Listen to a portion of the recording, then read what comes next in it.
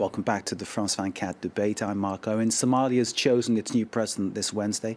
A major step towards democracy, some might say. It's all taking place amid high security in the capital, Mogadishu, a place where apparently it's ill-advised to go out without an armed guard. Our guests, of course, have been there and they can tell us all about that. And our man there, of course, is Duncan Woodside, who is awaiting us. Duncan Woodside, I hope you're hearing me. Tell us what's been happening and what the reaction has been. Well, I can hear you loud and clear, Mark. It's been a quite extraordinary day here in Mogadishu, the capital of Somalia. This morning, people woke up very tense, very worried that the process may not pass off well. Obviously, there were mortar attacks overnight by Al-Shabaab, mortar rounds landing in the city. A couple of those quite close to the arena in which the votes were taking place.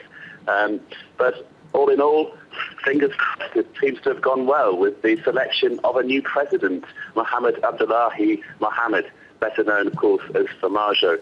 This is going to be, if it passes off peacefully, which the expectations are that it will pass off peacefully, the second peaceful transfer of power between presidents within the space of just over 4.5 years. Now, that's quite an achievement for a country which is basically seen as a failed state, or has been so over the last quarter of a century. People in many countries, Duncan, and possibly this one too, take the notion of democracy, of what you've just been talking about, for granted. What does it mean to the people there, and what do they want to happen next? Well, indeed, yes. A lot of people do take democracy for granted, and perhaps therein lies a lesson in the West.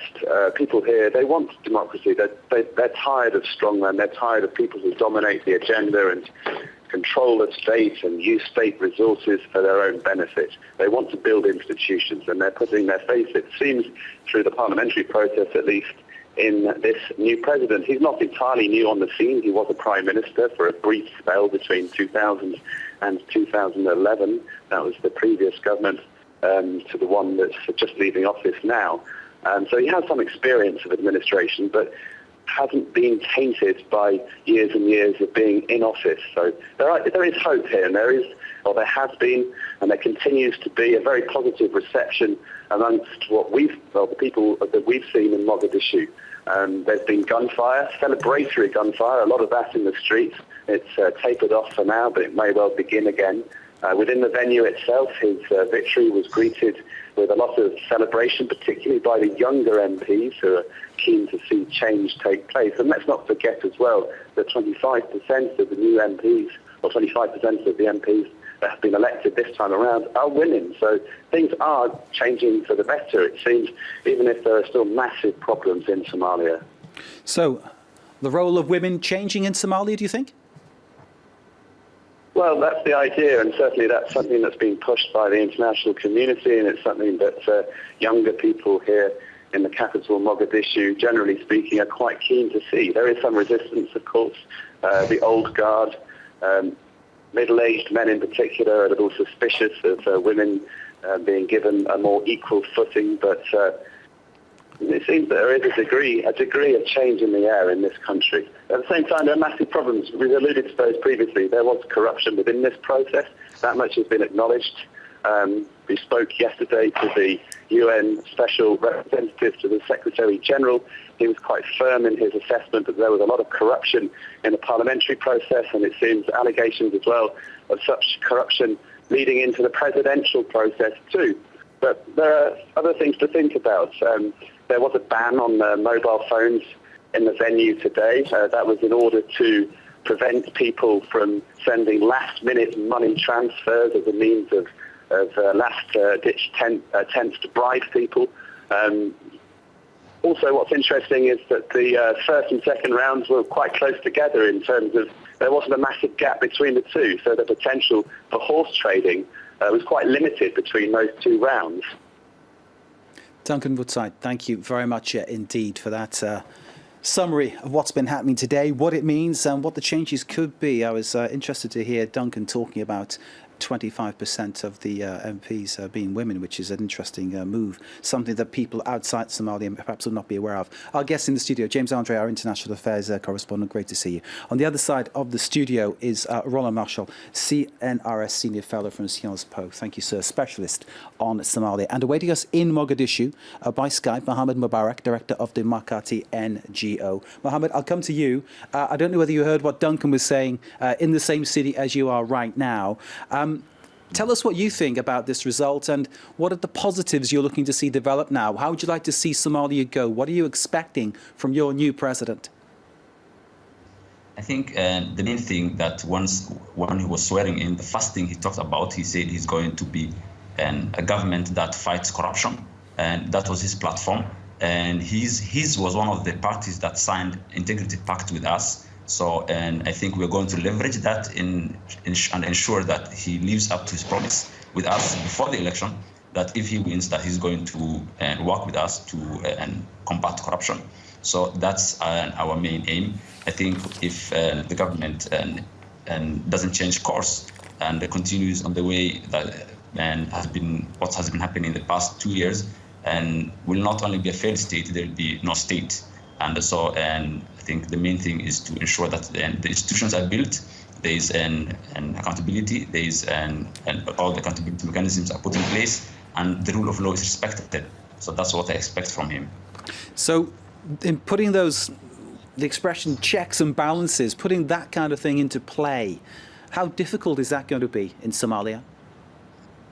I think it's we were building that and things started going downhill from 2015, and as the then president, he started to divert all government resources into his re-election campaign and the election and re-election of MPs that he thought would support him.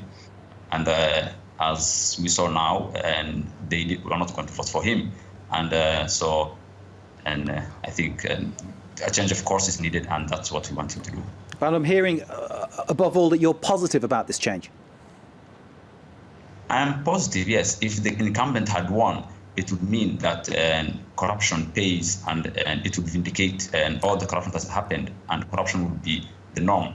Now, for the second time, we have seen that you cannot buy the presidential election.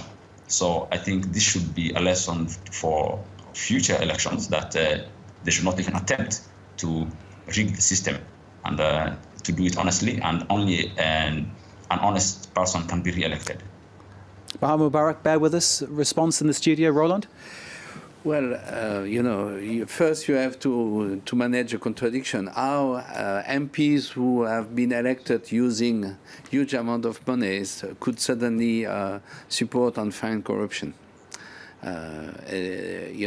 Whatever happened today, we have to look at whether they will be ready to pass laws and adopt the constitution, adopt the anti-terrorist law, and so on and so forth. Let us see. But again, I see so many problems in the next few months.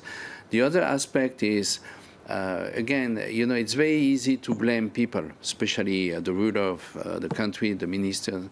Now, corruption is something, or the use of money has become part of crown politics in Somalia. So, as long as crown politics will be there, it will be extremely difficult for anybody, including the most honest politician, to have an impact if he doesn't allow money to change hands.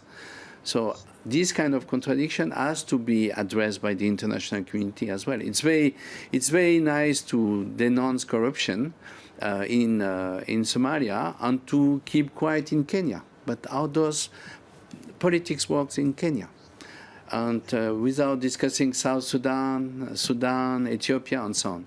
So we have to be You're saying to know this that we is have an endemic Pan-African problem. Well, I just look what you say in the headlines of your journal. I don't found that he was only restricted to Africa. I think another country called France was mentioned as well.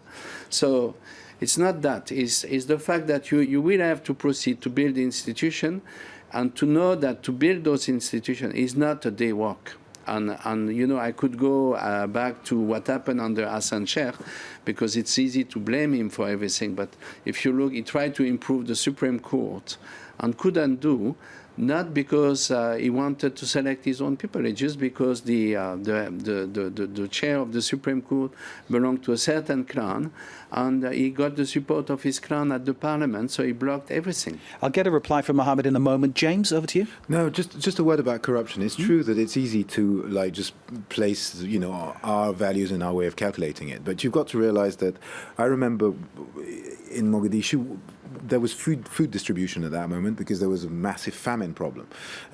One of the big problems was distributing the food. The food was there. It was in huge warehouses at the airport. Now, if you take the level of, you know, you could say corruption, the thing is there are no institutions. Back then, and it's probably still true, the army was not being paid properly, they were not equipped properly, they had obviously leverage over the population, so obviously that was a problem. Some of them had got caught selling their ammunition and even their guns to warlords or even al-Shabaab militia in order to just get money to buy food for their families. That's where you stand. Then you had like gangs that were attacking food distribution in order to steal the food to then give it out themselves in order to have, you know, some sort of political leverage. So this is where we, you know, it's not like in a country like France or Europe, or indeed you have institutions and like the money that is supposed to be channeled to such an institution isn't. It's just that there is no structure. So obviously just money flows in different ways. It's true, it's a fact. So it doesn't excuse it, but it is a fact. And like you're saying, we shouldn't try to impose our own vision of that onto a different country, a different place, a different way of doing things. I mean, you know, let us be concrete. You try to convince people that you want to reform something, solve clan issues or conflicts, improve the local situation. Elders will come to you, and you convince them. Then, at the end of the meeting, they have to leave with someone in their pocket. Just to show respect to them, you will have to give them something. Because it's clan politics, okay? They are used to get this reward. And if you don't, then they say this man is not the right person to trust. Let me pause you. Therefore, you have to understand that if you want to fight corruption, you will have to go a long way, and you will have to be extremely realistic and describe very precisely what corruption means. Mohammed is waiting to come in and join us again. Mohammed in Mogadishu, Mohammed Mubarak, director of the Makati NGO. I know you've been listening to what's being said. Can I start by asking you whether this issue of corruption, there are so many other things we could talk about, but I think it's coming down to corruption time and again as being the central problem. The issue of corruption, how do you combat it? How do you get through it if it is something that is very much part and parcel of everyday life? First, I would like to respond to Roland. Go ahead, sir. Corruption is not. Corruption is not in the DNA of the Somali person, and it's not a must that whenever you do something you have to pay somebody. It's I think it's and to be honest, is we have another we have a terrorist group who's fighting the Somali government, and which is known for efficiency and does not do any corruption, and they are Somali people. And the problem is the system here. There is no enforcement of law. And even if you go back to the government, to the existing law, it's not legal to steal. And we don't need a new law telling us not to steal. And it's not legal to kill. So, and all those things have been done by the current government. And he said it's easy to name a person and to blame a person. Of course, it's not only easy, it's the way it's supposed to be, because the corruption here was top down. It wasn't bottom up, and the president basically stripped the state and removed all checks and balances, the little ones that we had, in order to fund his election campaign and the election campaign of his stooges. And so he sold off public land when money stopped coming in, and he diverted billions of aid in 4 years and to his support his constituents and cronies and all that. And so he was saying that we're talking about corruption in Somalia, why not Kenya? And I think this panel is about Somalia, this stage, and so it's let's talk about Somalia, please, and not South Sudan and Kenya. Okay, And bear with I think- us, please, Mohammed. Roland wants to come back in. Yeah, the thing is, I'm a bit surprised that we pay so much time on corruption. Shabab has been Because it extraordinarily. keeps coming back. Shabab has been extraordinarily resilient in Somalia. Nobody is discussing Shabab. Now, in a matter of 4 years, regional state, the international community, and some segment of the Somali political elites build federal entities. How those entities are going to be sustainable? How are they going to work together? Not only in front of Mogadishu, but side by side, collaborating among themselves. We don't see that today. So these are the problems of the daily life. Because if the system gets wrong, part of the economy of this country will get wrong, and then people will starve. And not only because of drought, because they will kill sectors of the economy. Because Somali economy still is partly a re-export economy. So are you arguing that the continued corruption, as you describe it, and Mohammed denies it, that will go on, and you can beat al-Shabaab even with that continuing? Is that what you're saying? What I'm saying is, discussing Shabab resilience is something that goes much beyond corruption, and that's where effort should be put. Now, it's very easy to have a discussion on corruption. Everybody will agree, it's a moral stance, and nobody look the actual political difficulties. How do you beat al-Shabaab, sir? How do you beat al-Shabaab? Well, the point is, sir, I'm not Somali. I'm not the Somali government. I'm not a diplomat representing any country, any institution in the international community. What I understand is this country was unable to organize free and fair elections because this country is still at war. And we should acknowledge this situation first. And if we want to improve, make the election in 2020, let us say, freer and more transparent, and maybe with much less corruption, we will need to improve the security situation in this country. Now, how to do that? I want to know, what are the solutions? Is strengthening AMISOM? Well, the new president has been highly critical of AMISOM. Is it to bring Ethiopian troops? I doubt that the president. Is it to build a national army?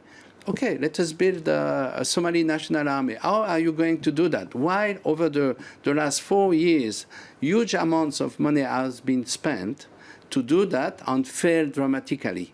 So, it's not an issue only of corruption. It's an issue of political trust among many partners, some at the international level, many at the local level. Let's bring in Mohammed, if you don't mind. Mohammed, beating al-Shabaab, how does that happen? Is it possible? Okay, and as Roland was saying, we need the security forces built. But the question is, why have the security forces not been built? And for 18 months, the security forces, some of them have not been paid salaries. Where has the salary gone? So, it always comes back to corruption. They've been stealing all the money of this, and they're not paying salaries. They've not been paying salaries in order to fund the massive corruption and bribery that took place in the elections. And so, if you want to build the security forces, you don't want the security forces not being paid, because when they're not paid, they won't fight. And they will sell their guns, they will sell their ammunition, they will rape, they will rob, they will run criminal gangs, and they will make money. To make ends meet. That's what has been happening. So we have to make sure that the security forces are paid and paid on time. That they don't sell their weapons, and all this comes to accountability. And we have to keep monitoring them and the government and being on the hills. And the international community, especially the Western states, fund the Somali government. They subsidize it heavily. So it's upon them to ensure that the money they send, and their taxpayers' money, is not used for personal gain, and the money is being sent for. Mohammed, pause there, please. Roland disagrees with you. James Andre's next, sir. No, I wanted to just have your opinion about something. The other thing about Al-Shabaab is that it's also a political movement. And the fact of the matter is, for example, when they left Mogadishu, it was widely reported as well that the AMISOM had kicked them out. But the fact of the matter is, they'd lost popular support at that stage. I mean, there was a drought in the country. They were not distributing food in the areas that they were controlling. A lot of people were fleeing because of hunger.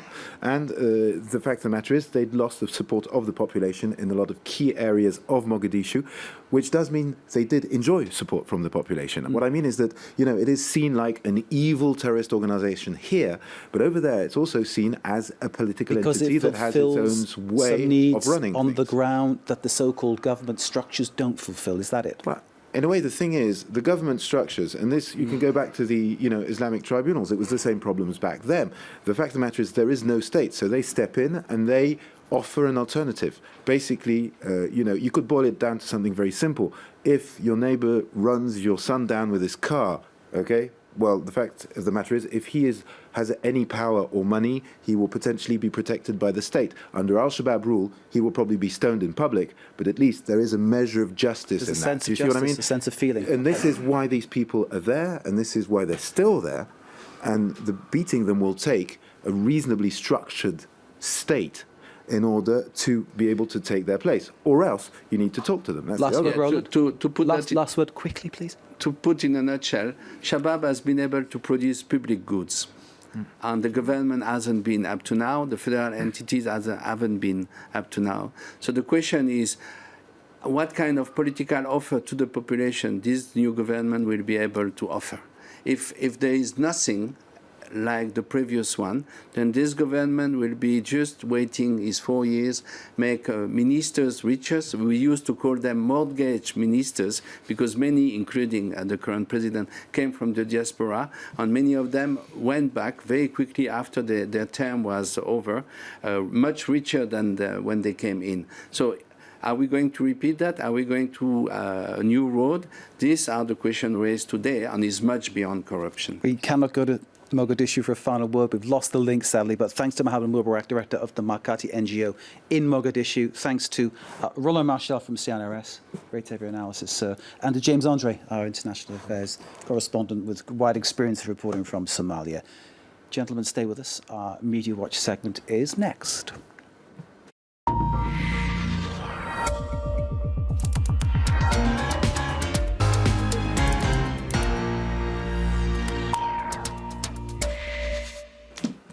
The moment where we say hello to James Creedon, who has negotiated his way past the obstacle course that is our studio here, which is great fun. That's right. What reaction have you been finding online to the election in Somalia? Well, Twitter users tweeting in English, which is the language I understand, seem to be quite pleased with the result, Mark. You can see here just a selection of some tweets. Money didn't win today. Hopefully this is a new start to change, says one Twitter user there. You also have lots of images of people celebrating in the streets. These images actually coming from Nairobi, the district of Eastleigh, which has a lot of Somali immigrants, hundreds of Somalis emigrating in Eastleigh after Mohamed Abdullahi Farmajo declared president. You have another image here. I think this one is a sort of a GIF where you can see people thronging in the streets celebrating that victory. So it seems to be well received in certain quarters in any case. An image here or a still of General Gabre's face. According to the Live from Mogadishu Twitter feed, that face speaks 1,000 words. Someone is in big trouble saying they're Roland, you're smiling. Tell us why. Yeah, is the, let us say, the Secret Service or the military intelligence guy from Ethiopia. So he's accused recurrently to manipulate everyone in Mogadishu. So. Okay. Well, in any case, he seems to be unhappy in that particular screen grab. Yeah. What else do we have here? He wasn't. Right. No, Somalia Decides was the hashtag that was being used for a lot of the comments online, Mark, and many people commenting on the sort of high security setup in Mogadishu, the fears of an attack, Al-Shabaab, etc. And some saying if a capital city can be under lockdown during a presidential election, who is to, then who is to be led by the president-elect? I suppose concerns that the security surrounding the election is a bad sign for peace in the aftermath. But I guess we'll have to wait and see. how that might turn out. When people choose leaders based on nepotism and tribalism, this was a criticism that was coming up a lot on Twitter, the fact that it was an election very much along clan or tribal lines, candidates representing different clans, etc. They will surely drown in the ocean of destruction and division, says one pessimistic Twitter user. What else do I have, Mark? There's lots of different comments online. Farmajo, unlike previous presidents, has the Somali public on his side. I suppose not all of the public, but a good share of it. Hope he stands up to Somalia's many enemies. So very much the sense that this is like Hassan Sheikh in 2012.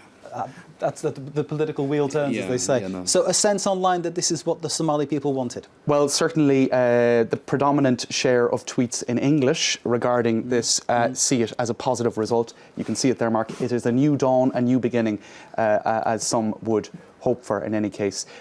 This is one ITV journalist who was speaking to sources in Somalia who claim that elements of the Somali National Army were celebrating this result.